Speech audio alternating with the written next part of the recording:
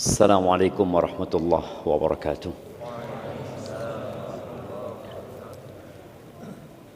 Alhamdulillah alladzi hadana lihada wa ma kunna linahtadiya laula an hadana Allah. Segala puji bagi Allah Jalla Jalaluh yang telah memberikan hidayahnya kepada kita. Kita tahu ada nikmat yang diburu oleh manusia, yaitu nikmat harta. Manusia dengan hartanya juga berburu kesehatan. Dengan kesehatan dan hartanya dia berburu keamanan. Dan nikmat yang paling agung adalah nikmat iman. Yang sebagian manusia meremehkan dan mengabaikannya, bahkan tidak menganggapnya nikmat, sehingga dia kurang bersyukur kepada Allah Azza wa Jalla. Antum bisa datang ke masjid ini, itu nikmat. Antum bisa sholat qobliyah, sholat ba'diyah, kemudian duduk mendengarkan kajian, menunggu sholat isya. Itu nikmat yang besar sekali. Sebagian orang menganggapnya biasa aja gitu. Anda memang datang rutin kajian, padahal engkau sedang mendapatkan nikmat dari Allah yang kalau kita tidak mensyukuri, boleh jadi akan datang satu masa kita nggak bisa lagi datang ke masjid.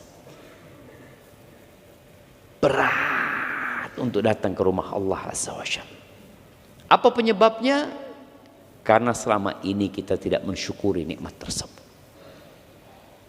Allah mengatakan, la in syakartum la azidannakum. Apabila kalian bersyukur, niscaya aku tambahkan.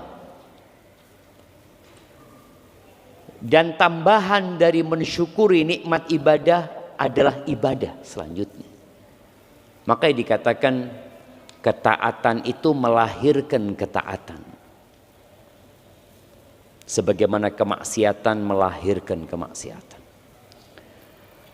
Maka semoga Allah Azza wa Jalla membantu kita untuk mensyukuri nikmat yang Dia berikan kepada kita dan mematikan kita husnul khatimah. Allahumma salli wa sallim ala abdika wa rasulika Sayyidina wa maulana Muhammadin wa ala alihi wa ashabihi ajma'in. Ya Allah, semoga salawat dan salam, berkah dan nikmat senantiasa Engkau curahkan untuk hamba kekasih-Mu, untuk baginda Nabi kita Muhammad alaihi salatu wassalam, untuk keluarga beliau, untuk istri-istri beliau, untuk putra-putri beliau, dan untuk seluruh sahabat Nabi. Semoga Allah meridhai kita bersama mereka. Amma ba'd, istrimu bukan ibumu. Istrimu bukan bidadari.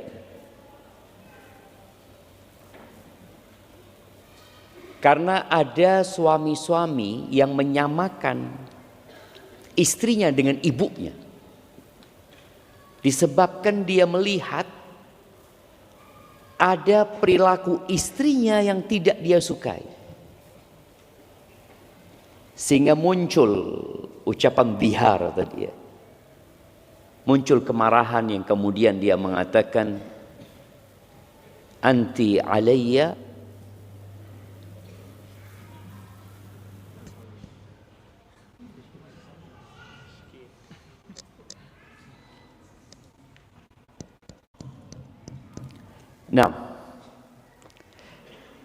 muncul ungkapan yang biasanya bermuasal dari amarah, engkau seperti ibuku, engkau seperti punggung ibuku.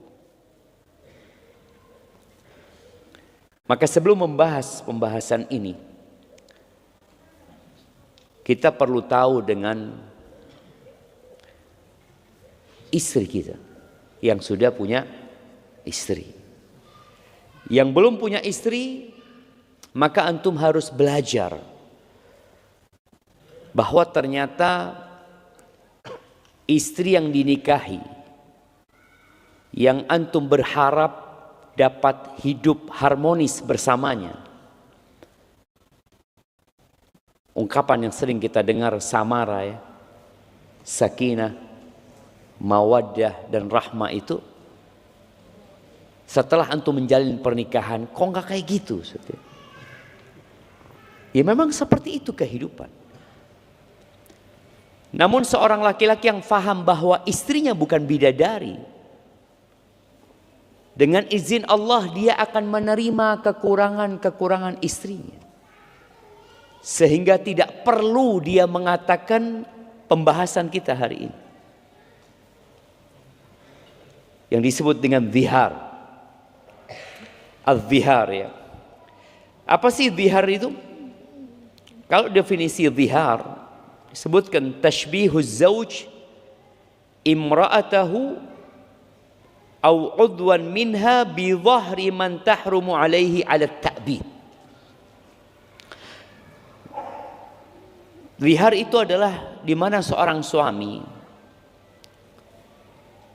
menyamakan istrinya atau salah satu organ di istrinya seperti punggung orang yang diharamkan atas dirinya selama-lamanya. Artinya diharamkan untuk menikahinya. Tapi yang umum di Arab itu, mereka kalau marah ya, dan dianggap cerai di masa jahiliyah dulu, seorang suami tatkala mengatakan anti alayya ka dhahri ummi, engkau buat aku seperti punggung ibuku. Punggung sesuatu itu biasanya dinaikin. Sang suami mengatakan itu hendak mengharamkan istrinya atas dirinya. Kalau pembahasan yang sebelumnya berkaitan dengan ila. Ila itu seorang suami yang bersumpah untuk tidak menggauli istrinya lebih dari 4 bulan atau selama-lamanya. Itu disebut ila, artinya jelas. Suami mengatakan, wallah demi Allah aku tidak akan menyentuhmu, tidak akan menghubungimu sampai mati. Atau lebih dari 4 bulan. Itu disebut ila. Kalau ini enggak. Dia tidak bersumpah, tapi dia menyamakan istrinya dengan ibunya. Dan kita tahu tidak ada yang lebih haram buat kita daripada ibunda kita. Makanya zihar ini tidak hanya menyamakan dengan ibu. Pokoknya menyamakan istrinya, kalau dari definisi tadi, menyamakan istrinya dengan punggung wanita yang diharamkan bagi dirinya untuk menikahin perempuan itu selamanya. Mengatakan engkau buat aku seperti punggung adikku, punggung bibiku, punggung anakku umpamanya, putriku, sama aja. Jadi zihar itu enggak harus mengatakan engkau buat aku seperti punggung ibuku. Tapi bagaimana kalau seorang suami memanggil istrinya bunda? Dan ini banyak ya. Bunda, bun, umi, apalagi? Mama, emak. Iya, kalau di empok mungkin panggilan-panggilan yang ada di masyarakat, di mana suami memanggil istrinya dengan panggilan orang yang haram bagi dia untuk dihubungin sebenarnya. Apakah masuk? Enggak masuk aja, enggak apa-apa. Karena ungkapan itu tergantung niatnya.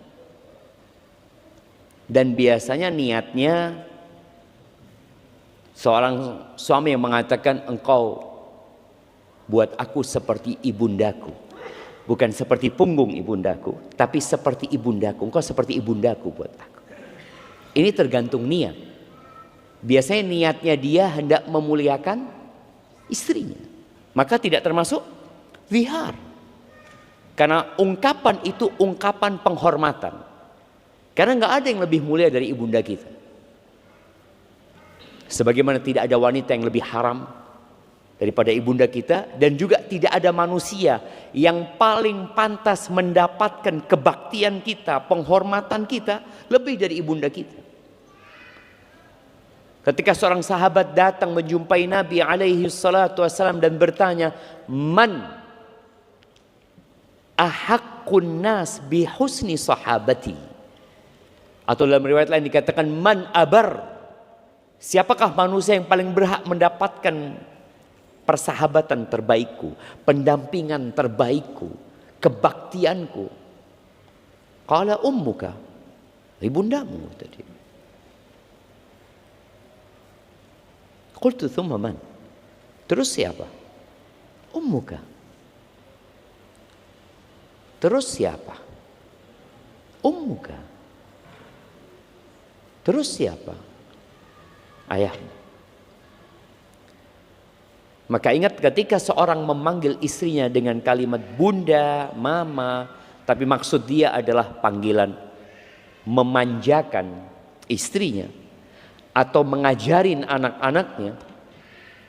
Karena ada anak-anak yang panggil nama ibunya dan manggil nama bapaknya itu dengan nama aja, Mak. Namanya Syafiq gitu ya. Jadi kalau mamanya istri anak manggil anak Syafiq. Kira-kira anak-anak ketika tumbuh besar dia ngomong, "Mana Syafiq?" Karena itu yang biasa dia dengar gitu loh. Maka itu yang akan dia lakukan. Maka tadi boleh jadi orang tua itu memanggil istrinya dengan bunda, dengan ya kalau lagi keren-keren mungkin papi, mami ya. Seperti itu, abi, umi ya. Maka ingat, yang namanya zihar adalah menyamakan istrinya atau organ di istrinya seperti punggung orang yang haram bagi dia untuk dinikahi selama-lamanya. Tapi kalau dia mengatakan engkau buat aku seperti punggung kakakmu, masuk zihar enggak? Masuk apa enggak? Kenapa tidak? Kan mahram. Kan mahram sama istri. Ya. Nah, mahram tapi tidak selamanya. Mahram yang tidak permanen. Artinya mahram itu diharamkan untuk dinikahin selama laki-laki ini menikah sama adiknya. Artinya kan nggak boleh dia mengumpulkan kakak beradik. Jadi ini haram yang tidak permanen, maka nggak masuk zihar. Maka di definisinya yang haram secara permanen. Yang haram secara permanen. Kalau nggak permanen diharamkannya nggak masuk zihar ya. Apa hukumnya zihar? Haram hukum. Kalau bicara hukumnya haram. Ada sebuah kisah jemaah di masa Nabi alaihi salatu wassalam ya. Ini kira-kira kejadian di tahun ke-6 Hijriah ya. Peristiwa zihar pertama mungkin setelah Islam. Di mana disebutkan ada seorang sahabat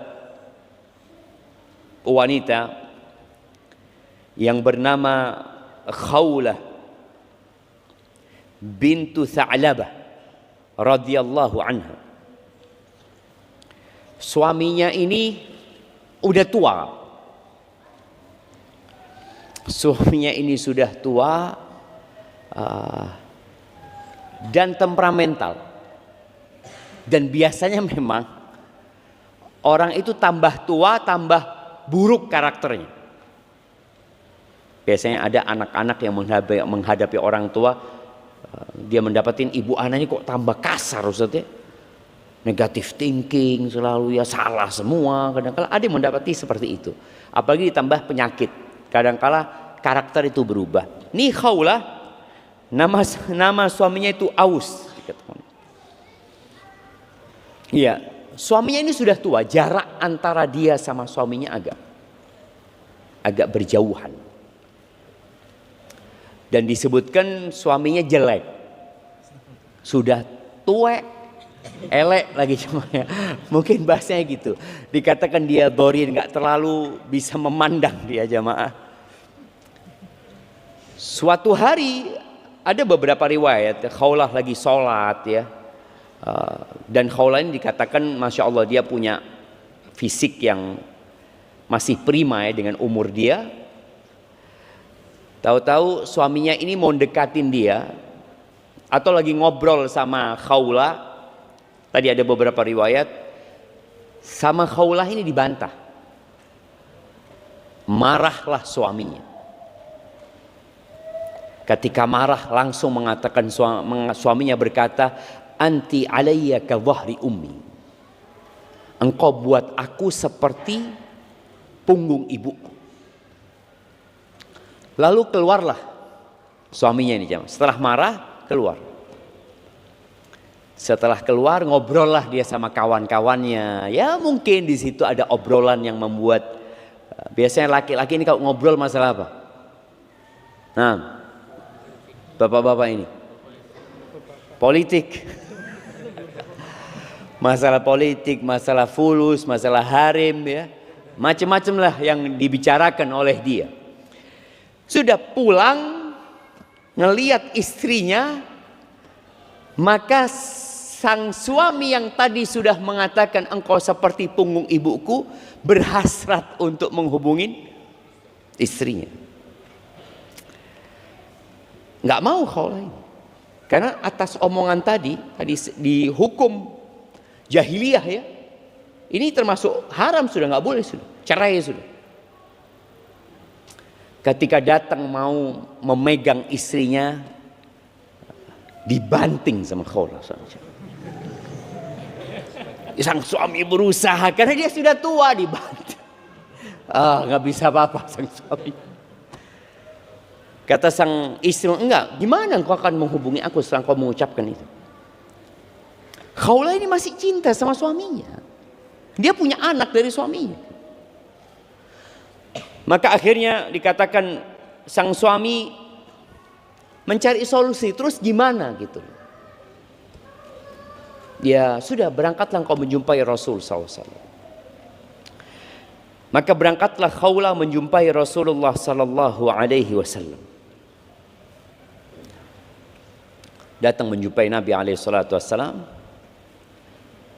Disebutkan Nabi ketika itu sedang disisiri oleh Aisyah radhiyallahu taala anha.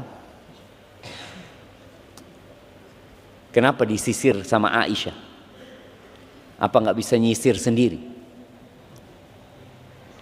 Itulah yang namanya romantisme Nabi alaihi salatu wassalam.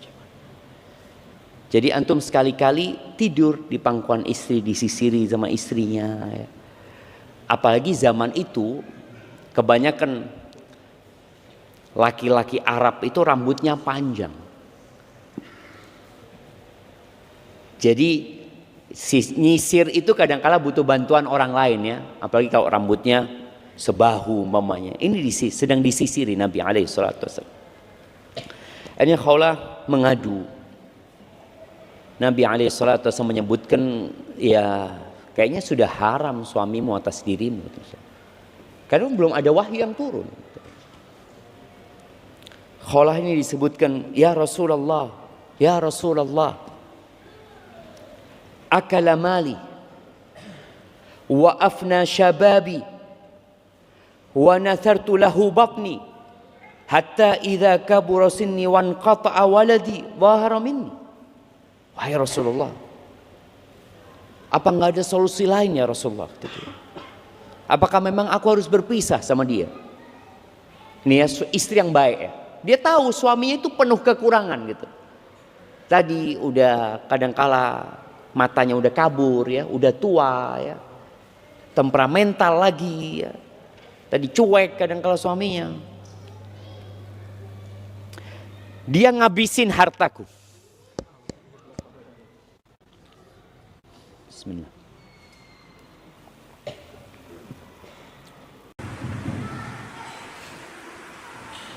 Ya Rasulullah, akala mal.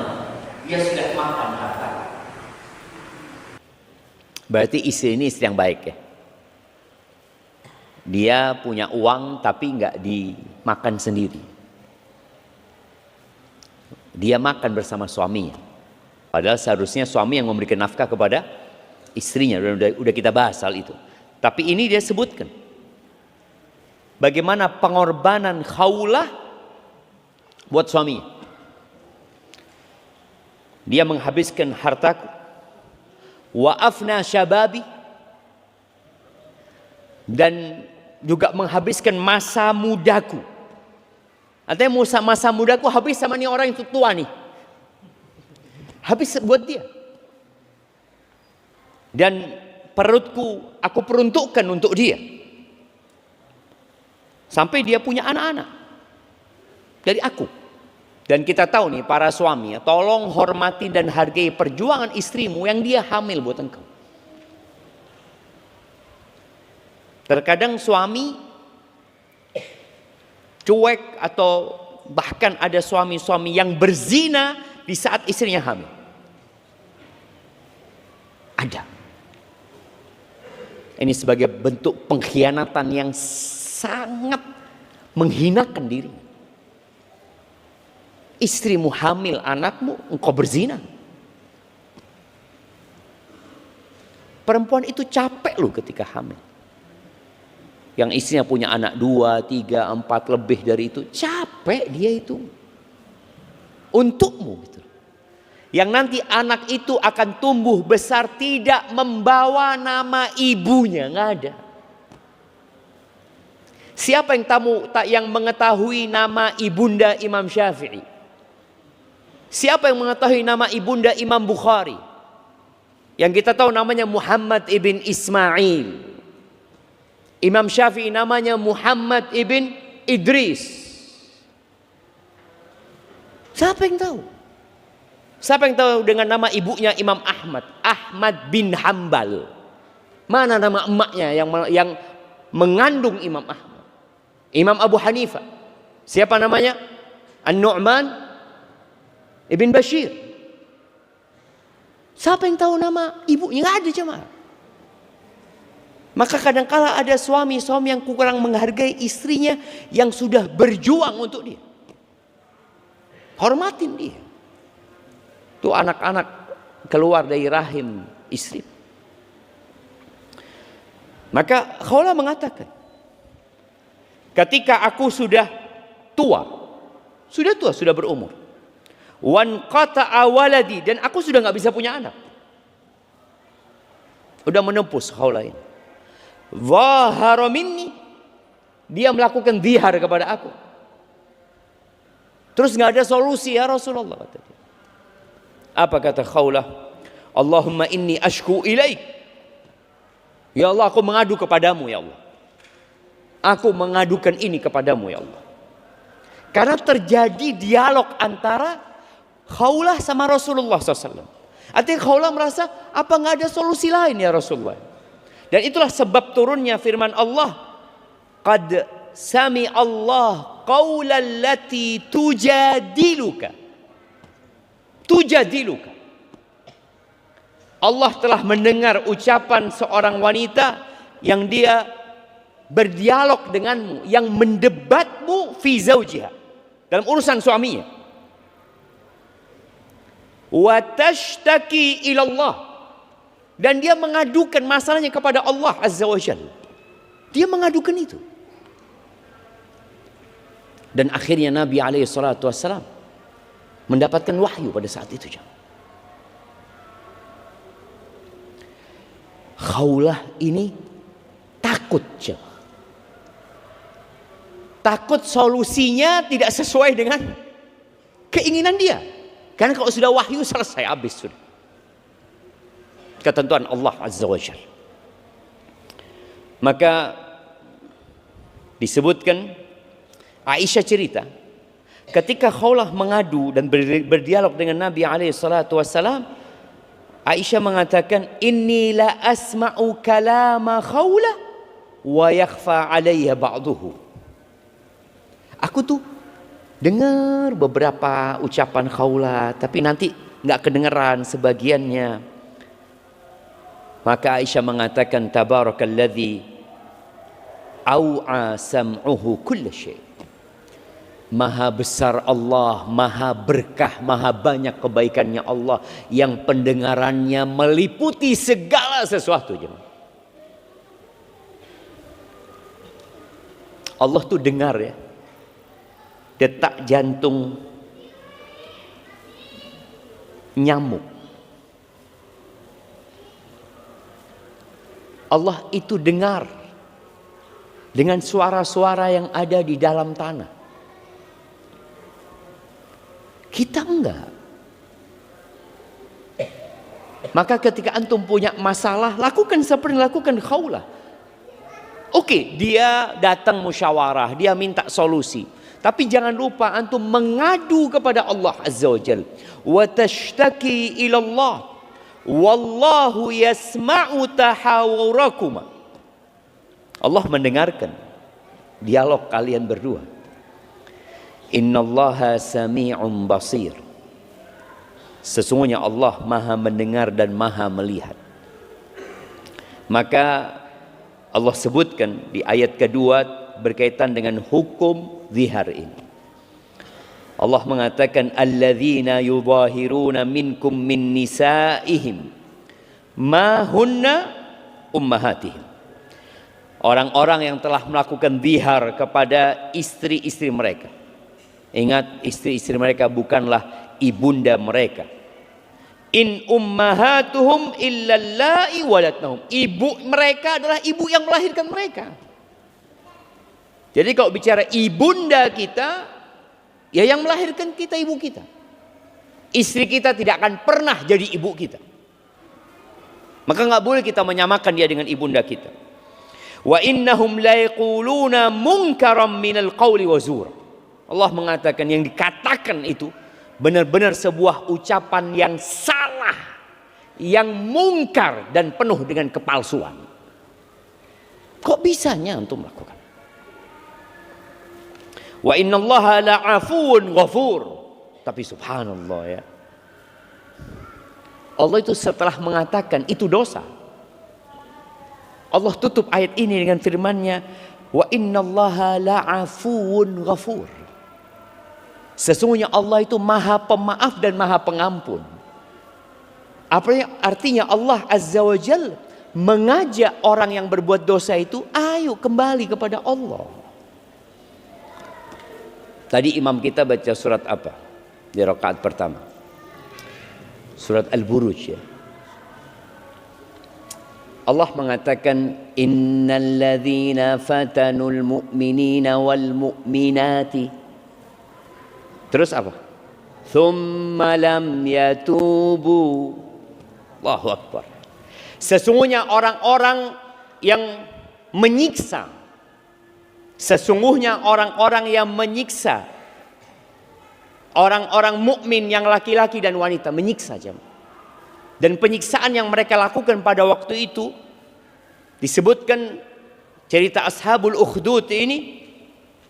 Mereka memasukkan hampir 20.000 orang ke dalam parit yang penuh dengan api, dibunuh mereka, dilemparkan ke sana. Allah mengatakan innal ladzina fatanul mu'minina wal mu'minati thumma lam yatubu, kemudian mereka tidak bertobat. Kemudian mereka tidak bertobat. Artinya Allah masih mengajak mereka, ayo tobat. Hukuman Allah itu buat yang nggak tobat. Kalau tobat Allah ampuni. Innallaha yaghfiru dzunuba jami'an. Allah mengampuni semua dosa. Hadza Rabbuna. Itu Allah Tuhan kita. Yang kadangkala kita lupa untuk minta sama Allah. Yang kadangkala kita merasa lebih percaya dengan usaha kita. Padahal semuanya ada di tangan Allah Azza wa Jalla. Allah maha pemaaf dan Allah maha pengampun. Kemudian di ayat ketiga Allah mengatakan tentang hukum. orang yang melakukan zihar ini. Di ayat ketiga Allah mengatakan walladzina yuzahiruna min nisaihim, maka buat orang-orang yang melakukan zihar kepada istri-istri mereka, thumma ya'uduna lima qalu, lalu mereka menyesal atas ucapan mereka. Mereka mau kembali kepada istrinya, apa yang harus dilakukan? Fatahriru raqabatin min qabli an yatamassa. Maka sebelum kedua orang ini berhubungan, hendaklah mereka membebaskan budak. Jadi suami yang melakukan zihar ini kafaratnya adalah membayar dengan membebaskan budak. Dzalikum tu'adzuna bihi. Itulah pelajaran yang Allah berikan kepada kalian. Mau'izah. Wallahu bima ta'maluna khabir. Allah Maha mengetahui dengan apa yang kalian perbuat. Artinya jangan sampai sudah melakukan zihar tahu-tahu tuh kumpul sama istrinya, melakukan kesepakatan sama istrinya, udahlah kita balik lagi gitu loh. Aku minta maaf gitu loh. Sang istri, iyalah bang, aku maafkan bang. Kumpul, Allah ngelihat kalian belum menebus kesalahan kalian. Boleh jadi gak ada orang yang tahu. Maka kita lihat ya bagaimana ketakwaan Khawlah. Dia datang kepada Nabi SAW. Padahal dia bisa, ya udahlah, saling memaafkan, selesai. Lah suaminya mau balik. Suaminya yang mau balik. Dan Khawlah juga gak ingin pisah. Berarti kan ketemu, udah ada apa, langsung harus bertanya kepada Nabi SAW. Karena takut. Dan hati-hati ya, ada suami-suami yang sudah menceraikan istrinya lebih 3 kali, bahkan 4 kali, 5 kali, tetap satu rumah. Karena nggak ada yang tahu. Yang tahu hanya mereka. Ingat, wallahu bima ta'maluna khabir. Allah Maha mengetahui secara detail apa yang kalian lakukan. Tapi kita dengarkan adzan dulu. Naam, tafadhal.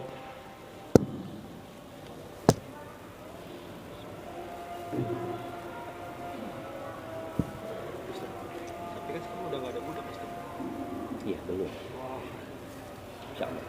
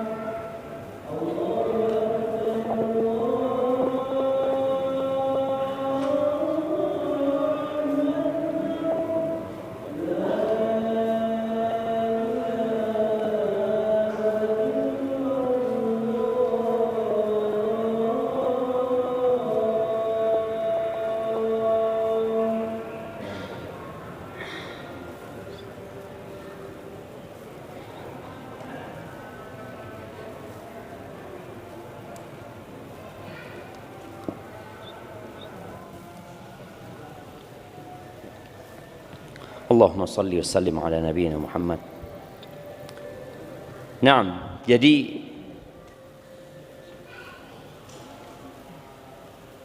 yang harus dilakukan seorang suami yang melakukan zihar adalah membebaskan seorang budak. Kalau nggak mampu atau tidak ada budak, ana wallahu a'lam ya, berkaitan dengan zihar ini, apakah ada di Indonesia aja? Apakah ada ungkapan di Indonesia ini, pernyataan suami yang menyamakan istrinya dengan ibunya? Ada enggak? Hah? Boleh. Di Jawa nggak ada. Mungkin pakai bahasa daerah. Wis awakmu koyo ibuku wis. Enggak tahu lah apa ya. Mungkin wallahu a'lam. Ini mungkin ini buat mahasiswa ya, buat mahasiswa yang sedang nulis skripsi, mungkin boleh dijadikan satu permasalahan. Iya, penelitian tentang zihar dalam budaya Indonesia atau dalam budaya Nusantara. Apakah ada gitu ungkapan ini? Atau ini hanya ada di Arab? Boleh jadi enggak, jemaah. Boleh jadi ada di mana-mana ketika seorang suami marah kemudian dia mengucapkan itu. Tapi mungkin ungkapannya berbeda. Oleh karena itu tadi sudah disebutkan definisi zihar itu tidak harus menyamakan dengan ibunya. Tapi dia menyamakan istrinya atau organ di istrinya, anggota tubuh istrinya dengan seorang wanita yang diharamkan secara permanen atas diri. Itu baru namanya zihar. Coba nanti bisa diteliti yang seperti itu. Tapi kalau nggak mampu, seperti yang terjadi dengan Aus ini jemaah, nggak mampu juga dia, maka Allah subhanallah ar-Rahmanir Rahim ya. Faman lam yajid fasiyamu syahraini mutatabi'aini min qabli an yatamassa.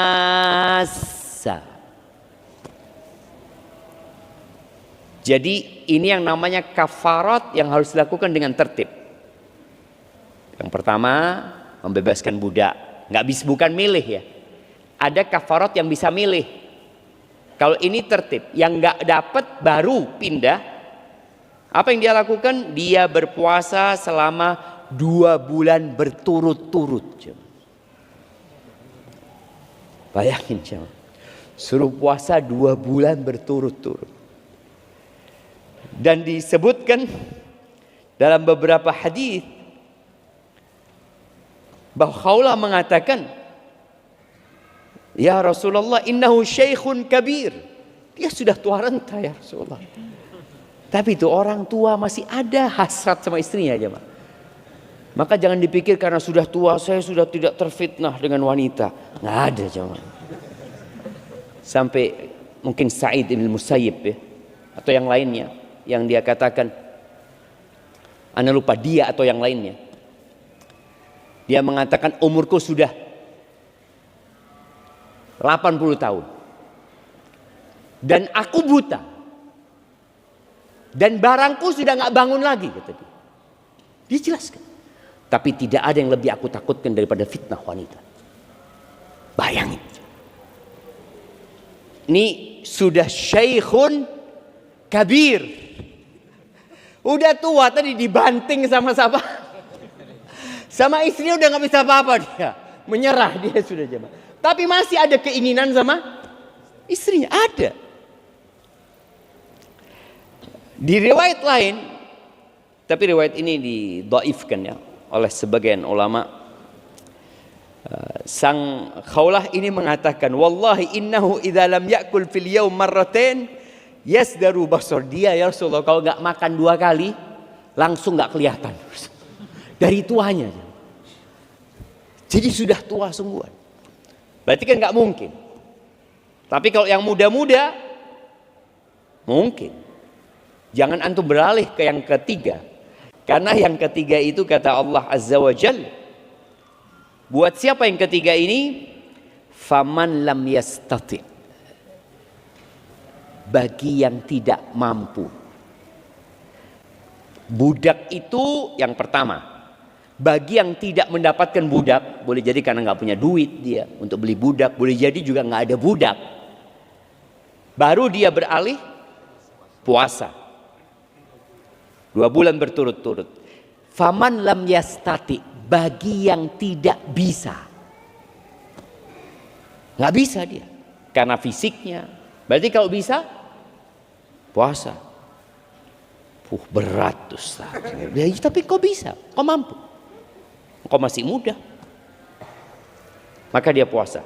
Yang nggak mampu, yang nggak bisa berpuasa, faman lam yastati, baru beralih ke kafarat yang ketiga, fa it'amu sittina miskinan, memberi makan 60 orang miskin. Subhanallah ya. Allah katakan, dzalika litu'minu billahi wa rasulihi. Yang demikian itu syariat dibuat agar kalian beriman kepada Allah dan Rasulnya. Artinya itu syariat bukan untuk wawasan, bukan untuk wacana. Oh saya tahu, saya faham. Tapi syariat itu untuk diamalkan. Lalu Allah katakan, wa tilka hududullah. Itu adalah aturan-aturan Allah, batasan-batasan Allah, jangan dilanggar. Walil kafirina adzabun alim. Ya, buat orang-orang yang tidak beriman, tidak menjalankan syariat Allah Azza wa Jal, jangan dipikir mereka akan selamat ya. Enggak, mereka akan dapat azab nanti. Artinya ada orang yang tahu aturannya nggak boleh zihar, tapi dia tetap melakukan zihar, nggak ada masalah lah. Nggak ada yang tahu atau gimana. Ahibati fillah, kembali kepada cerita Khawlah ini. Ketika Nabi SAW menyampaikan, kalau gitu suamimu puasa, dia nggak mampu puasa. Qala falyut'im sittina miskinan. Ya udah, suruh dia kasih makan 60 orang miskin. Kata sang istri, wallahi ma indahu min syai' yatasaddaq bihi. Dia nggak punya apa-apa ya Rasulullah untuk disedekahkan. Miskin, bayangin jemaah. Udah miskin, tuwe, seperti itu. Apa bahasanya? Masih neko-neko gitu ya. Masih apa? Kalau bahasa daerah kita itu kakean pola. Apa kakean pola itu? Banyak gayanya gitu, banyak maunya. Tapi ya itu yang terjadi. Itu yang dia terjadi dengan suaminya ini, nggak punya apa-apa. Kata Nabi SAW, saat itu datang ada yang ngasih 1 tandan kurma ya. Kata Nabi SAW, iya sudah ini bagikan gitu. Kata istrinya, ya Rasulullah, aku bantu dia juga dengan 1 tandan lainnya. Lihat baiknya istrinya. Ini insya Allah contoh-contoh istri penghuni surga insya Allah ya. Sudah, engkau pergi kasih makan sudah. Dan subhanallah, di riwayat lain diceritakan, di riwayat Zawaid Al-Haytham, Majma' Zawaid Al-Haytham ya. Ketika Khawlah ini pulang, kan ditunggu sama suaminya. Nungguin suaminya ini. Ya tentu suami ingin tahu apa kira-kira jawaban Rasul sallallahu alaihi wasallam. Disebutkan, falamma ra'ani qala ma wara'aki. Ada apa di balikmu? Gimana ceritanya? Qultu khairun, khair, ada kebaikan. Wa anta damim, tapi engkau tetap jelek, kata dia. Kan memang yang dilakukan suaminya tetap buruk. Artinya jangan sampai sang suami merasa yang dia lakukan baik, enggak gitu loh. Aku memang bawa berita baik, tapi jangan salah, yang kau lakukan tetap buruk gitu loh. Allah katakan mungkar minal qawli wa zur. Maka sang istri mengatakan khairun wa anta damim. Baik, tapi engkau tetap jelek. Ya ini juga nasihat ya, agar suaminya jangan melakukan itu lagi gitu loh. Umirtu an ta'tiya fulanan. Di riwayat ini disebutkan engkau datang ke tempatnya fulan, engkau ambil setengah wasak. setengah wasak. Satu wasak itu situna so'an, 60 so' ya. Disuruh ngambil 60, 30 so' untuk dibagikan ke fakir miskin.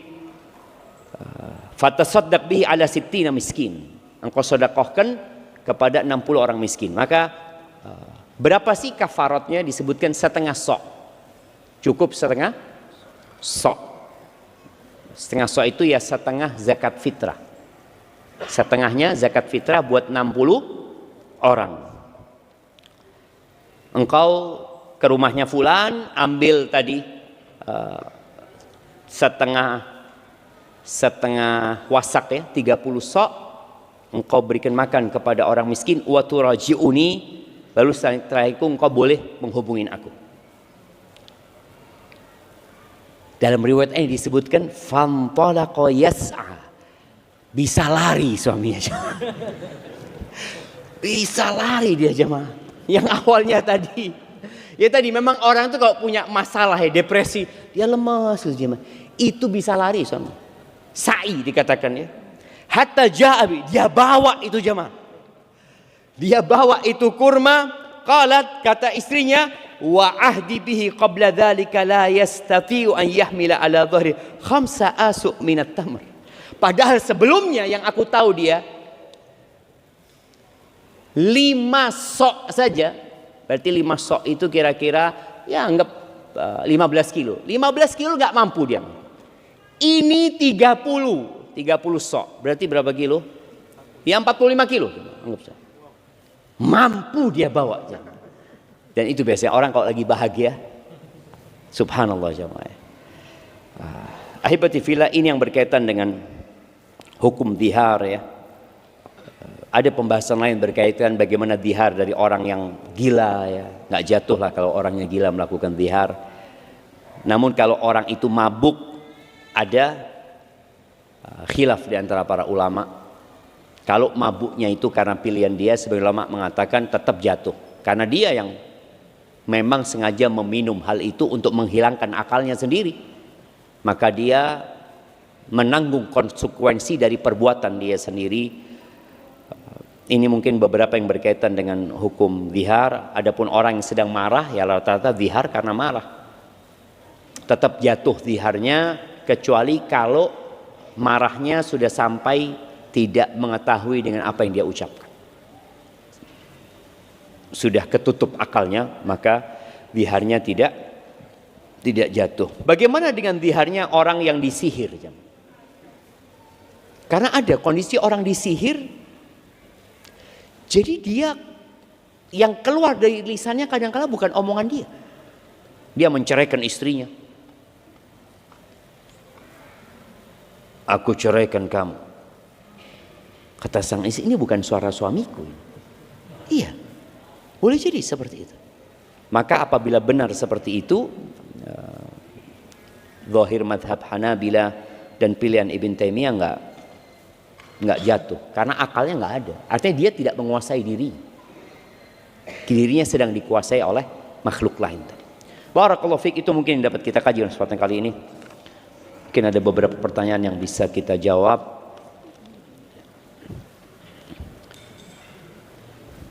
Saya cukup sulit berdamai dengan taunya bahwa calon istri saya ternyata tidak perawan. Apa yang harus saya lakukan untuk menyikapinya? Sebenarnya awalnya tidak tahu menahun, tetapi saat saya mengorek-ngorek informasi, diketahuilah hal demikian. Bagaimana saya harus menyikapi masa lalu perzinaannya? Naam, ahibati fillah.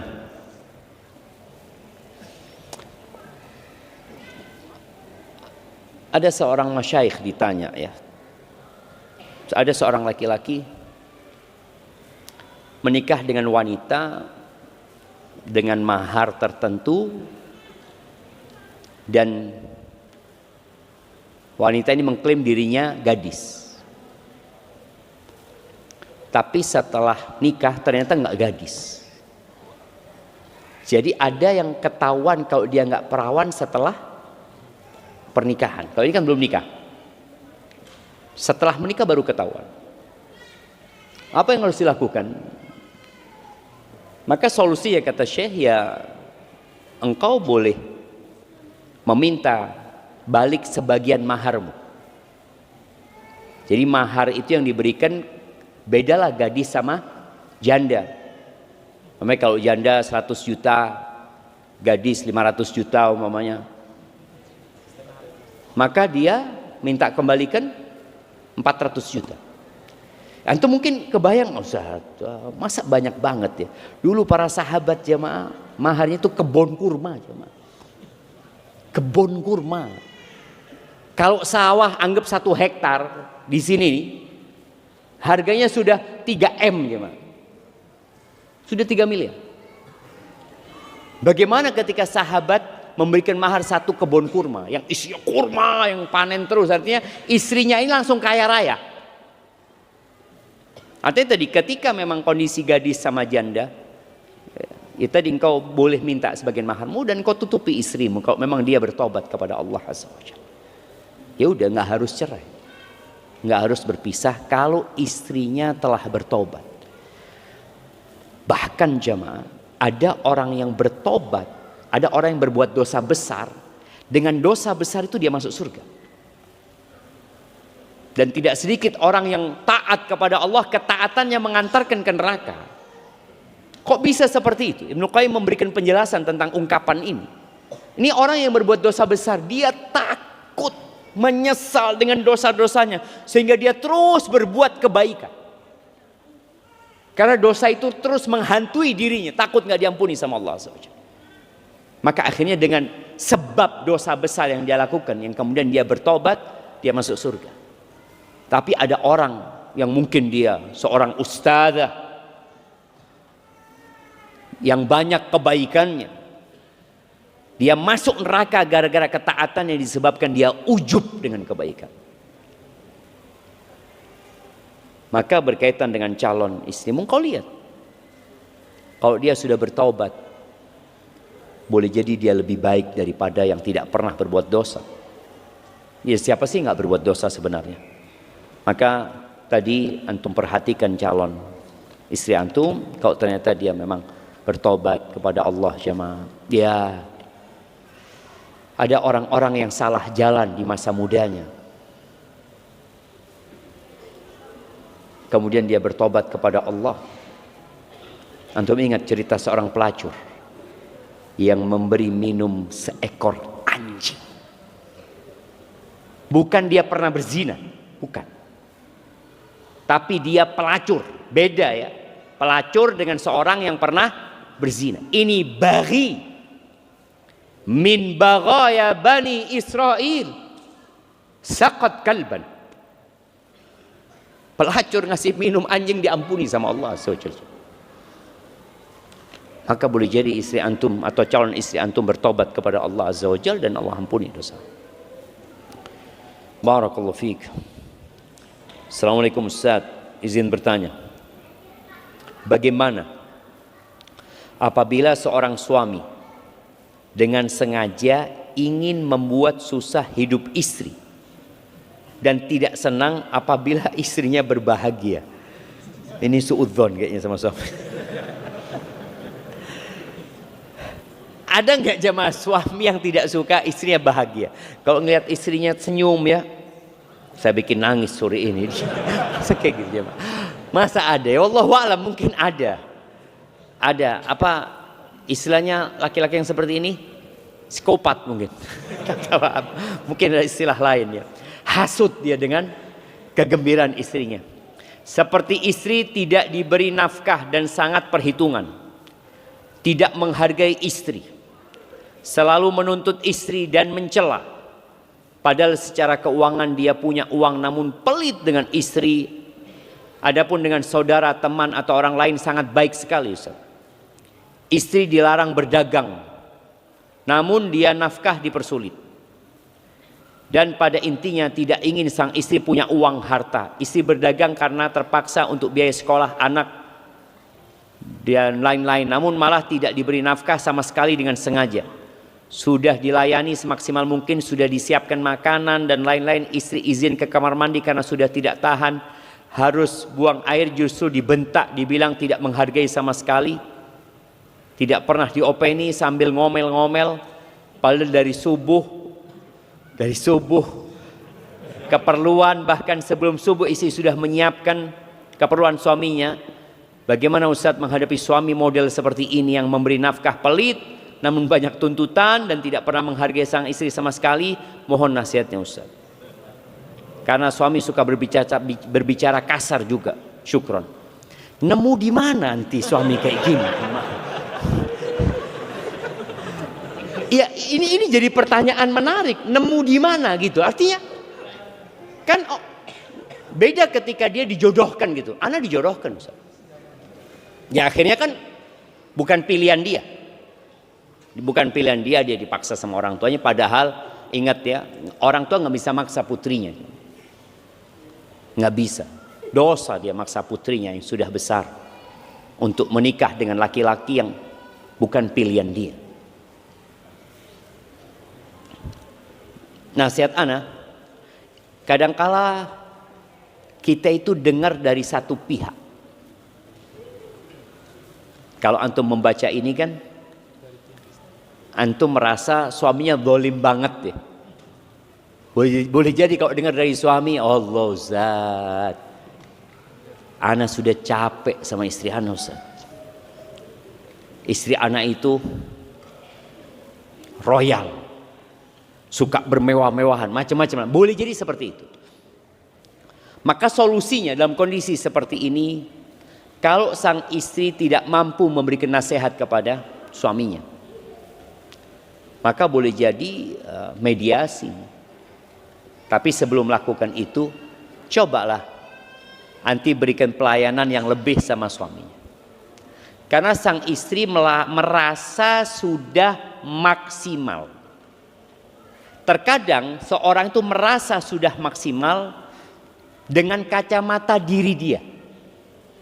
Contoh nih ya, seorang yang jual jasa, dia merasa sudah memberikan pelayanan yang maksimal kepada customer dia, kepada konsumen dia, karena dia pakai kacamata dirinya.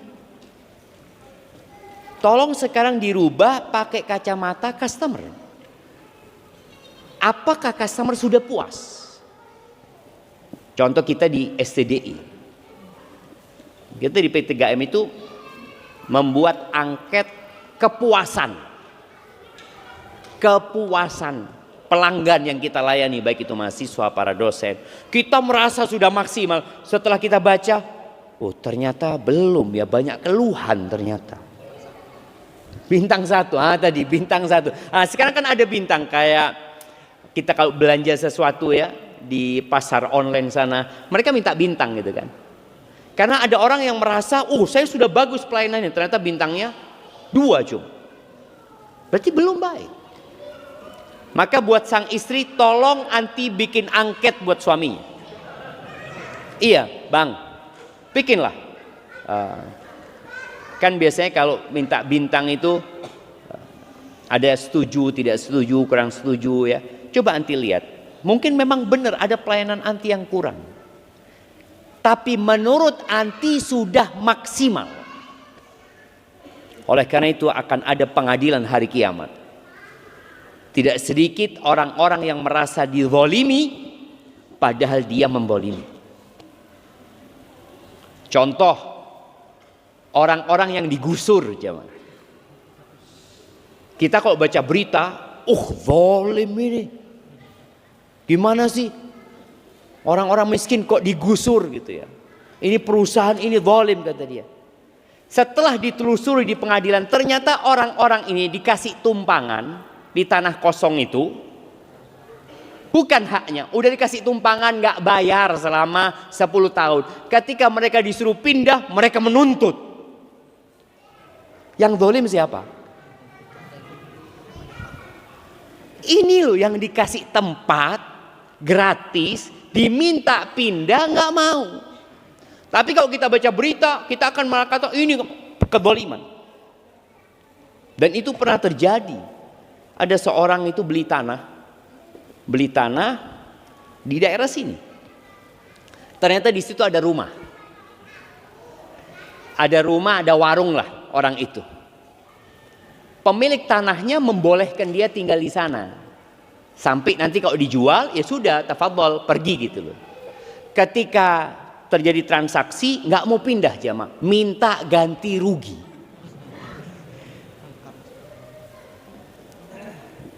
Saya minta ganti rugi kata dia. Oke, nggak apa-apa katanya, minta ganti rugi, nggak apa-apa. Tapi saya hitung bapak sewa di tempat ini ya. 8 tahun bapak nempatin tempat ini. 1 hari dah 10.000 nggak apa-apa. Sewanya. Kalikan 8 tahun. Akhirnya kata dia, enggak sudah, enggak perlu sudah. Dia tinggal rumah aja. Maka tadi sang istri merasa suaminya itu melakukan kezaliman dan merasa ana sudah maksimal Ustaz. Dari pagi sampai sore aku penuhin kebutuhan dia. Sampai tadi dikatakan ketika lagi makan istrinya izin ke toilet. Dibentak ya. Yang anak akan bertanya, kenapa dari tadi nggak ke toilet gitu?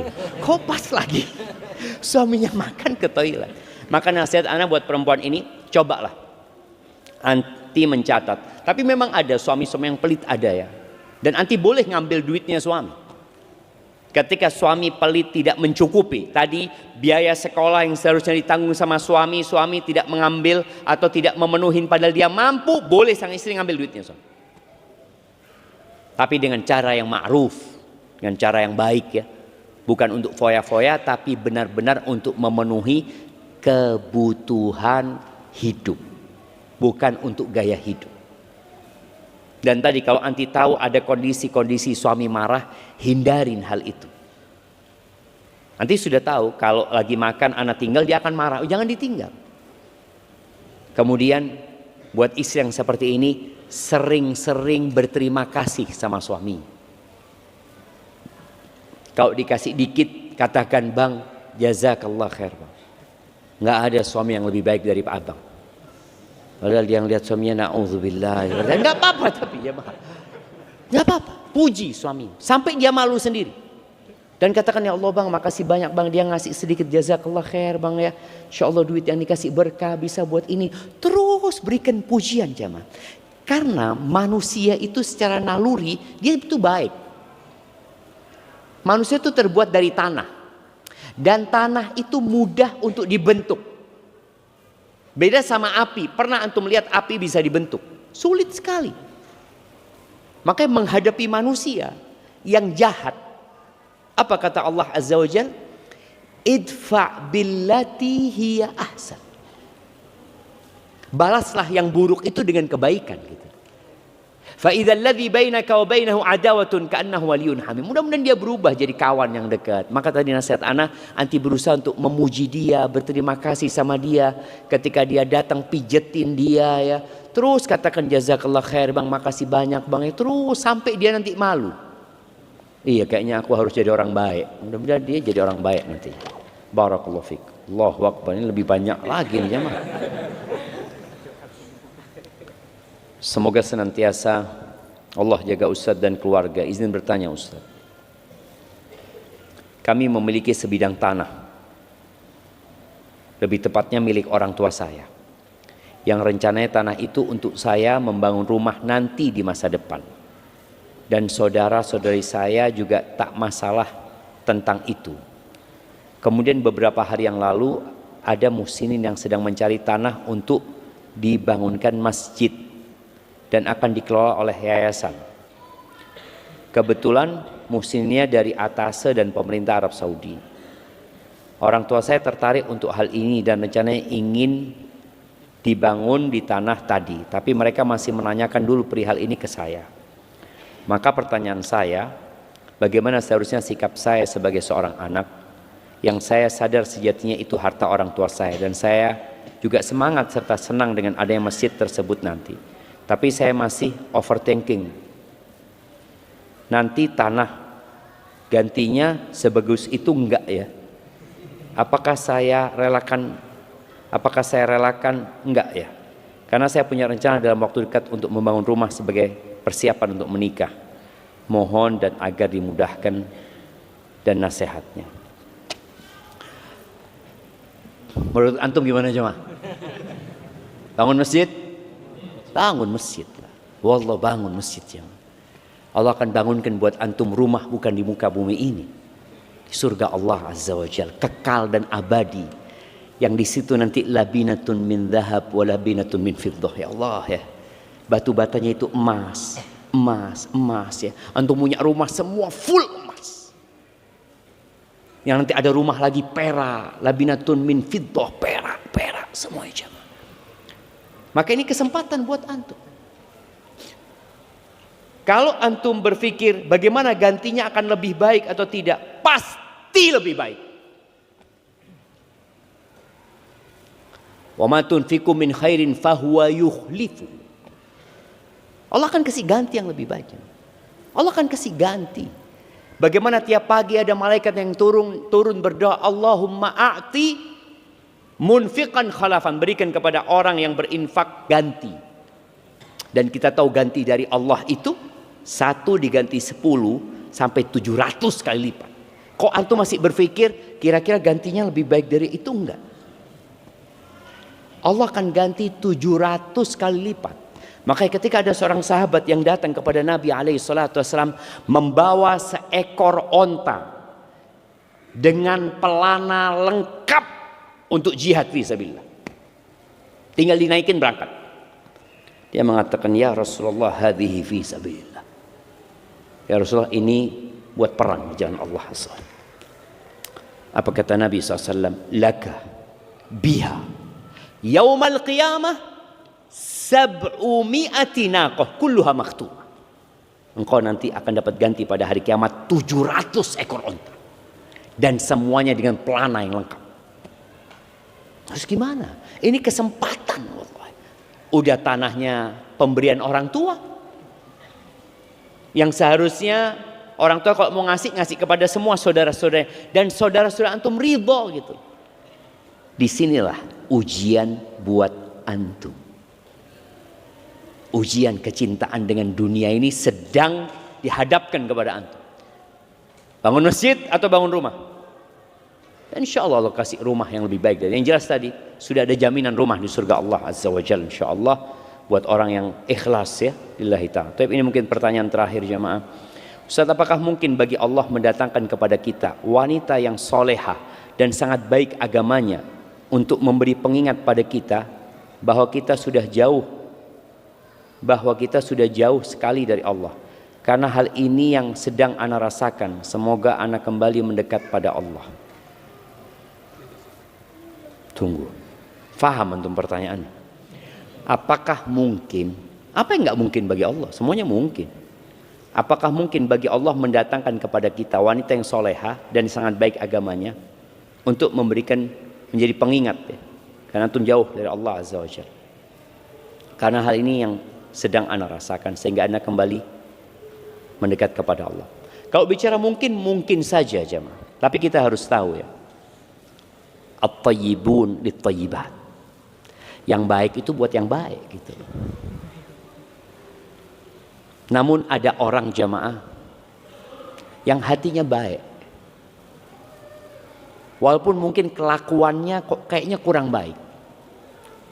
Seperti cerita ada seorang sahabat yang suka mabuk. Ada sahabat Nabi yang suka mabuk. Akhirnya dia dihukum, didera. Dipecut ya. Sampai ada sahabat yang melaknat orang itu. Karena betapa seringnya dia dihukum. Kata Nabi SAW, jangan dilaknat dia, kata dia. Jangan membantu setan atas saudara kalian. Lalu Nabi SAW mengatakan, fa innahu yuhibbullah wa rasulah. Dia cinta sama Allah dan Rasulnya. Gitu. Jadi ada orang yang kadangkala ya gara-gara kecanduan.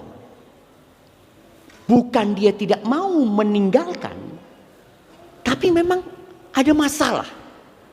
Dan anak kemarin ketemu dengan seorang psikiater ya, konsultan psikiater. Dia cerita, ada Ustaz, orang itu sebenarnya nggak mau melakukan itu, tapi sudah otomatis ada ajakan yang kuat kepada dirinya. Seperti orang yang main game, ada orang yang sudah candu sama game. Yang kadang-kadang ngobatinya harus dengan obat. Tetap ya pendekatan spiritual itu ada, tapi ada kondisi kadang-kala perlu obat, perlu pengganti. Mungkin ada jamaah yang kecanduan game, ada mungkin istri yang suaminya kecanduan judol. Jadi modelnya udah nyandu, padahal dia, Allah aku kepingin meninggalkan ini, Allah bantulah aku, tapi nanti ada panggilan itu lagi. Maka tadi semoga Allah kirimkan buat antum ya istri-istri yang soleh, yang siap menerima antum dan memperbaiki diri antum. Walaupun resiko jemaah, resiko besar. Ana sering ada pemuda-pemuda, Ustaz, ana mau menikah dengan seorang wanita yang belum paham agama, Ustaz, belum mengerti agama, tapi anak akan jadikan ini perjuangan menuju Allah Azza wa Jalla. Semoga dia mendapatkan hidayah lewat anak, Ustaz. Tunggu, antum melihat kepada dia itu apa yang dilihat? Cantik, Ustaz. Berarti kan antum yang bermasalah. Dia mudah-mudahan boleh jadi jam. Karena Imran bin Hittan, ingat ya, Imran bin Hittan salah seorang perawi hadis yang terkenal, dia menikah dengan sepupunya yang cantik jamaah, tapi membawa pemikiran Khawarij yang mengkafirkan sahabat Ali bin Abi Thalib, Utsman, yang mengkafirkan haula. Harapannya dia menikah bisa memberikan nasihat, ternyata malah dia yang terpengaruh sama istri. Maka perlu berhati-hati dalam masalah ini. Itu yang dapat ana sampaikan, kurang lebihnya mohon maaf. Yang benar dari Allah Azza wa Jalla, yang salah dari diri ana pribadi. Allah dan Rasul terbebaskan dari kesalahan itu. Subhanakallahumma wa bihamdika asyhadu an la ilaha illa anta astaghfiruka wa atubu ilaik. Assalamualaikum warahmatullahi wabarakatuh. Subscribe dan aktifkan loncengnya biar nggak ketinggalan video berikutnya.